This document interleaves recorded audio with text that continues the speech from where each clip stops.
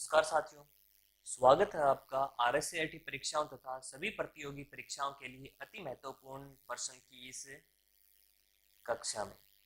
तो चलिए शुरू करते हैं। सबसे पहले एक नंबर क्वेश्चन से, निम्न में से एक साइबर थ्रेट नहीं है, इनमें से कौन साइबर थ्रेट नहीं है? तो अपना राजस्थान का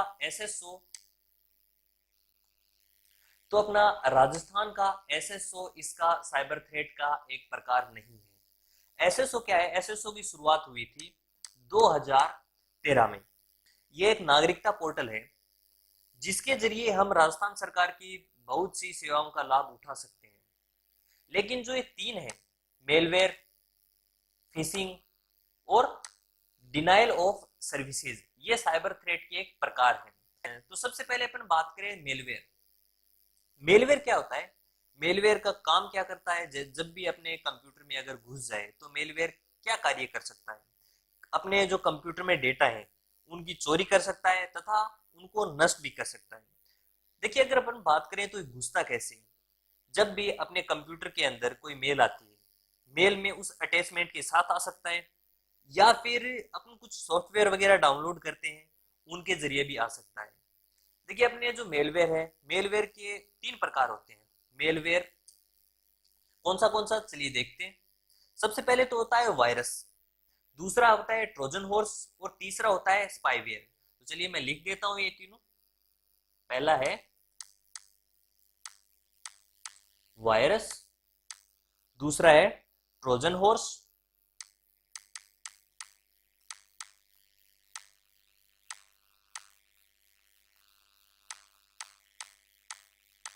और तीसरा है स्पाईवेयर।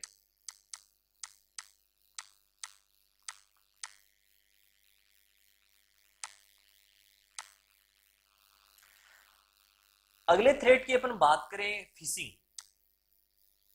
तो फिशिंग क्या कर सकता है? फिशिंग अटैक में आमतौर पर आपको ईमेल के जरिए कुछ लिंक वगैरह आता है, जिन पे अपन जैसे अपन क्लिक करते हैं अपने अपने से कंप्यूटर व्यक्तिगत जानकारी मांगता है। व्यक्तिगत जानकारी कैसे? जैसे पासवर्ड, नाम, जन्म डेट या फिर पिन कोड इत्यादि, ये फिशिंग अटैक में मांगता है। और तीसरा है डिनाइल ऑफ सर्विसेज। ये क्या कर सकता है? तो इस तरीके में हमलावर ट्रैफिक या डेटा को आपके कंप्यूटर सिस्टम को भेजने के लिए कई तरह के कंप्यूटर का उपयोग करता है, जो आपके कंप्यूटर सिस्टम को ओवरलोड कर देते हैं और उनसे अपना सिस्टम बंद भी हो जाता है। तो ये है डिनाइल ऑफ सर्विसेज। तो अपना इसका सही आंसर हो जाएगा राजस्थान का एसएसओ। एसएसओ की फुल फॉर्म होती है सिंगल साइन ऑन। अगले क्वेश्चन की तरफ बढ़ते हैं। अगला क्वेश्चन है मेलिंग शिष्टाचार के लिए आप। मेलिंग शिष्टाचार का मतलब क्या होता है? तो अपना सही आंसर है इसका सही आंसर है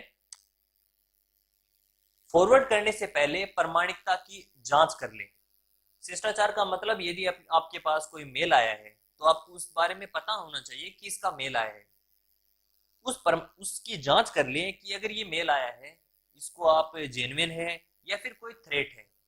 तो शिष्टाचार से इस क्वेश्चन के अंदर यही मतलब है, फॉरवर्ड करने से पहले आप प्रमाणिकता की जांच कर लें। चलिए अगले क्वेश्चन की तरफ बढ़ते हैं। अगला क्वेश्चन है feature Microsoft power point slide की बैकग्राउंड सेट करने के काम आता है। क्या काम आता है? देखिए, अपने पावर पॉइंट के अंदर कोई भी प्रेजेंटेशन वगैरह बना रहे हो आप, तो उस प्रेजेंटेशन के बैकग्राउंड में आप कोई बैकग्राउंड सेट कर दो या फिर कोई भी फोटो लगाते हो, तो वो किन के जरिए अपन लगा सकते हैं? तो अपना इसका सही आंसर हो जाएगा ग्रेडियंट फिल। अब देखिए, हाइपरलिंक है। हाइपरलिंक क्या काम में आता है? जब भी ये काम आता है माइक्रोसॉफ्ट वर्ड में। अब देखिए, हाइपरलिंक क्या काम में आता है? कोई भी दो फाइलों को जोड़ने के लिए, अटैच करने के लिए हाइपरलिंक काम में आता है। हम बात करें यदि थंबनेल की, थंबनेल क्या काम में आता है? थंबनेल जैसे अपने यूट्यूब वगैरह पे कोई भी अपनी वीडियो अपलोड करते हैं, तो उसको कोई देख रहा है तो उससे पहले एक स्लाइड ओपन दिखती है आपको, उसे थंबनेल कहते हैं। और अगला है, एक है चार्ट फाइल। चार्ट फाइल एक ऑप्शन है जो अपन कुछ चार्ट वगैरह बनाते हैं, अपने चार्ट्स की कोई फाइल बनाते हैं या फिर चार्ट्स का कोई प्रेजेंटेशन बनाते हैं, उस समय अपन चार्ट फाइल का यूज करते हैं। तो इसका अपना सही आंसर हो जाएगा ग्रेडियंट फिल। चलिए अगले क्वेश्चन की तरफ बढ़ते हैं। डेजीवेल एक प्रकार है। डेजीवेल जो अपना, सबसे पहले अपन बात करें तो डेजीवेल होता क्या है। डेजीवेल एक प्रिंटर होता है। तो ये डेजीवेल प्रिंटर किसका प्रकार होता है? ये होता है अपना इम्पैक्ट प्रिंटर का एक प्रकार होता है। आपने देखा होगा कि डेजीवेल प्रिंटर किस प्रकार काम करता है। तो चलिए जानते हैं। ये है अपना डेजीवेल प्रिंटर। अपने कोर्ट में देखा होगा अक्सर इस प्रकार का प्रिंटर। अब देखिए काम कैसे करता है। इसके अंदर एक गोल पहिया लगा होता है जिसके ऊपर वर्ड्स लिखे होते हैं, शब्द लिखे होते हैं। अब यहाँ पे देखिए, जब भी अपन इनके जरिए, एक जब भी अपन इनके जरिए, यहाँ पे जो बटन्स दिखाई दे रहे हैं, जो कीज दिखाई दे रही हैं, इनके जरिए जब भी अपन कोई प्रेस करते हैं तो उस गोल पहिए के ऊपर हथौड़े के जरिए, छोटा सा हथौड़ा होता है, उस हथौड़े के जरिए धीमा सा वार किया जाता है जिससे कागज के ऊपर वो शब्द छप जाता है। तो ये होता है अपना डेजीवेल प्रिंटर। चलिए अगले क्वेश्चन की तरफ बढ़ते हैं। अगला क्वेश्चन है, इनमें से कौन सा सोशल नेटवर्किंग वेबसाइटों की श्रेणी में आता है? तो इसका सही आंसर हो जाएगा फेसबुक, ट्विटर और लिंक्डइन। देखिए गूगल, याहू और एलेक्सा। गूगल, याहू होते हैं सर्च इंजन, और ये जो एलेक्सा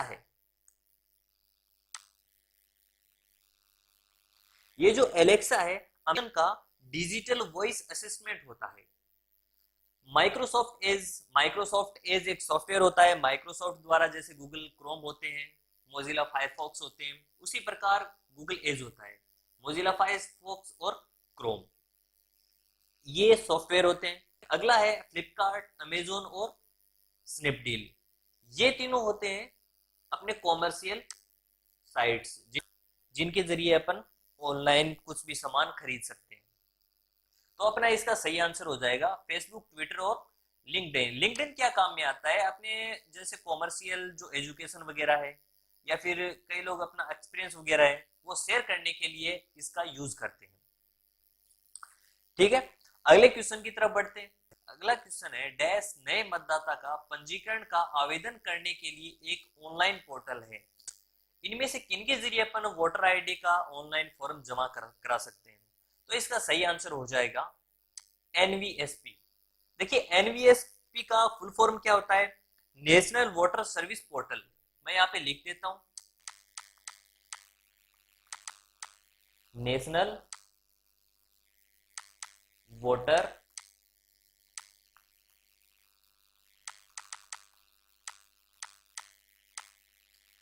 पोर्टल।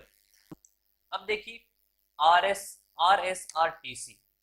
आरएसआरटीसी की फुल फॉर्म होती है Rajasthan State Road Transport Corporation. अपन जैसे जब भी बसों के जरिए अपन कुछ ट्रेवल करना हो तो उसकी ऑनलाइन टिकट यहां से अपन ऑनलाइन टिकट ले सकते हैं। अब देखिए बात करें तो एनएसडीएल की। एनएसडीएल क्या होता है?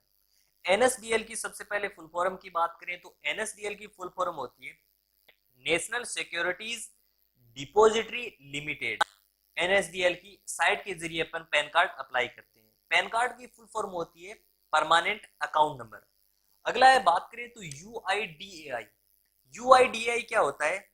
यूआईडीएआई की फुल फॉर्म होती है unique identification authority of India. UIDAI Aadhaar card की साइट है। आधार कार्ड में आपको कुछ एड्रेस या फोन नंबर अगर देखना हो या फिर आधार कार्ड आपको डाउनलोड करना हो तो यूआईडीएआई के जरिए अपन आधार कार्ड डाउनलोड कर सकते हैं। तो इसका अपना सही आंसर हो जाएगा NVSP, national voter services portal. अगले क्वेश्चन की तरफ बढ़ते हैं। अगला ऑप्शन है ईपीडीएस में पीडीएस का पूरा नाम। तो इसका सही आंसर हो जाएगा पब्लिक डिस्ट्रीब्यूशन सिस्टम। अब देखिए पीडीएस का कार्य क्या होता है, क्या काम में आता है? जैसे चावल, गेहूं, केरोसिन तेल आदि निम्न वर्ग के लोगों को जो मुहैया कराती है सुविधाएं, तो उस जो सुविधा है उसका नाम होता है पीडीएस, पब्लिक डिस्ट्रीब्यूशन सिस्टम। अगले क्वेश्चन की तरफ बढ़ते हैं। अगला क्वेश्चन है एमओओसी का एक उदाहरण है। सबसे पहले अगर अपन बात करें तो एमओओसी होता क्या है। एमओओसी की फुल फॉर्म होती है मैसिव ओपन ऑनलाइन कोर्स। अपने जो ऑनलाइन एजुकेशन है उस ऑनलाइन एजुकेशन का एक प्लेटफॉर्म है। तो मोस का एक उदाहरण अपना एडेक्स है। एडेक्स के जरिए अपन क्लासेस एजुकेशन ले सकते हैं। चलिए अगले क्वेश्चन की तरफ बढ़ते हैं।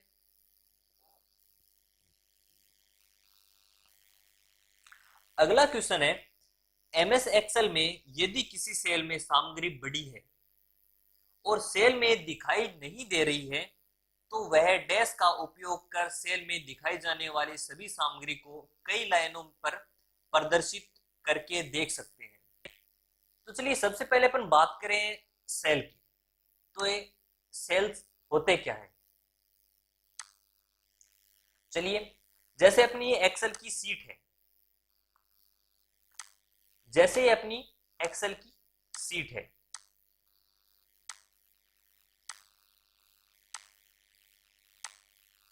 अब देखिए एक्सेल की सीट देखी होगी आपने, वर्कशीट देखी होगी।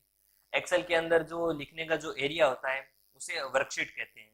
माइक्रोसॉफ्ट वर्ड के अंदर डॉक्यूमेंट कहते हैं और पावर पॉइंट के अंदर इसको स्लाइड कहा जाता है। तो देखिए ये जो है यहाँ पे ये वाले ये होते हैं कॉलम, और आपने यहाँ पे देखा होगा ए बी सी डी ये लिखे होते हैं। ये होता है अपने कॉलम का एड्रेस। और आपने यहां पे देखा होगा 1 2 3 4 ये होते हैं रो का एड्रेस। रो कौन सी होती है, यहाँ पे इस तरफ जो तिरछी हुई दिखाई जो लाइन्स हैं जो बॉक्स हैं इनको रो कहा जाता है। जहां पर रो और कॉलम मिलते हैं जहां पे एक बॉक्स बनता है, बॉक्स देखिए ये वाला बॉक्स बना हुआ है, ये भी यहाँ पे भी बॉक्स बना हुआ है, इसी प्रकार यहाँ पे भी बॉक्स बने, ये सभी बॉक्सेस हैं। तो इनको सेल कहा जाता है। अब देखिए इन सेल के अंदर कुछ अपने लिख रहे हैं। जैसे अपना ये सेल है तो मैं एक सेल लिख दिया, तो इसके अंदर अपन कुछ नाम लिख लेते हैं। जैसे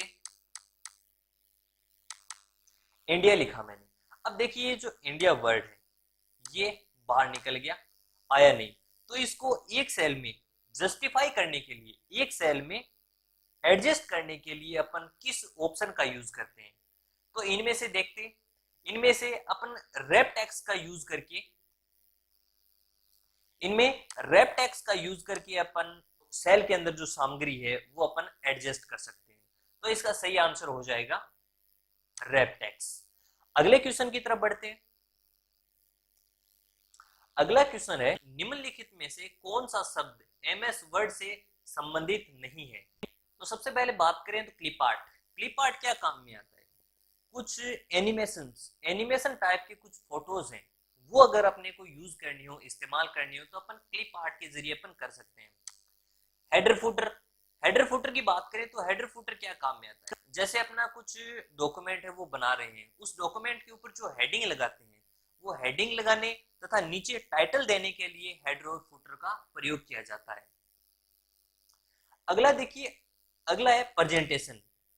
प्रेजेंटेशन एक ऐसा ऑप्शन है जो माइक्रोसॉफ्ट वर्ड के अंदर काम में नहीं लिया जाता, ये सिर्फ और सिर्फ एमएस पावर पॉइंट के अंदर यूज में लिया जाता है। अगला है मार्कबुक ऑफ हाइपरलिंक, ये भी माइक्रोसॉफ्ट वर्ड के ही ऑप्शंस हैं। तो इसका सही आंसर हो जाएगा प्रेजेंटेशन। ये तो अब आगे बढ़ते हैं शॉर्ट क्वेश्चंस में। शॉर्ट फास्ट, जीपीएस का पूरा नाम, जीपीएस की फुल फॉर्म होती है ग्लोबल पोजीशनिंग सिस्टम।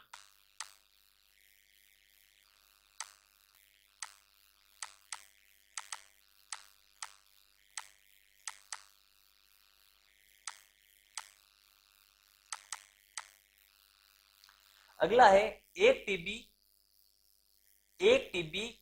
कितने के बराबर होती है।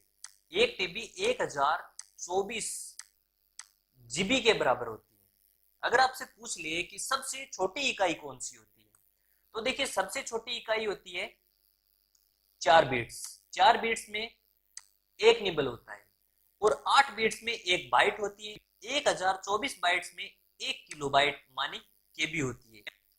1024 केबी में एक एमबी होती है। 1024 एमबी में एक गीगाबाइट होती है। 1024 जीबी में एक टेराबाइट होती है।